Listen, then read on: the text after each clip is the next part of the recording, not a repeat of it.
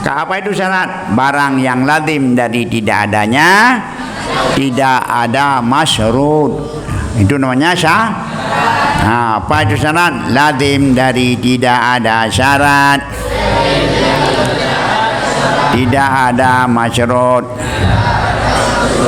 Lazim dari tidak ada syarat wudu, maka tidak sah wudu. Itu namanya syarat. 5. Beda dengan sebab. Beda dengan sebab. Lazim daripada ada sebab, ada musabab. Lazim daripada tergelincir matahari, masuk waktu zuhur. Makanya sebab lazim di segi sebut. Apa? Sebab lazim di segi sebut. Syarat lazim di segi nafi. Apa itu? Apa itu bersyarat?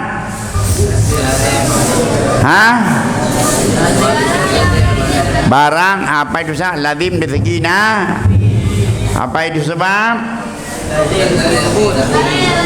Apa itu syarat? Lazim di segi nafi. Apa itu sebab?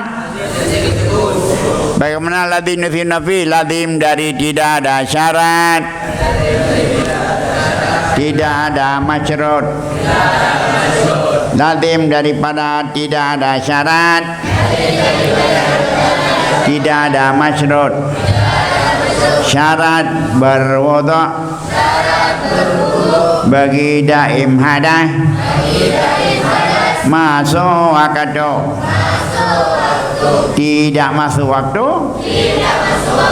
tidak sah wudu. Itu namanya lazim di segi syarat lazim. Ikhwah, syarat lazim di segi nafi, tidak ada syarat, tidak ada masyrut. Beda dengan sebab. Kalau sebab lazim, lazim daripada ada sebab, ada musab. Mana contoh? Lazim dari tergelincir matahari, masuk waktu zuhur. Itu mana? Lazim dari segi sebut. Kalau orang bertanya bagaimana beda syarat dengan sebab, bagaimana kamu jawab? Kalau syarat lazim dari segi tidak ada syarat. Kalau sebab lazim ada sebab. Mana contoh syarat? Mana contoh syarat?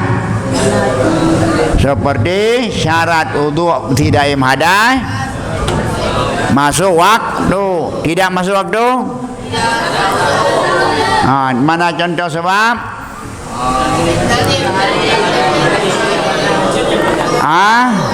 Masuk waktu zuhur dengan sebab tergeling. Lazim dari tergelincir masuk waktu zuhur. Ampun.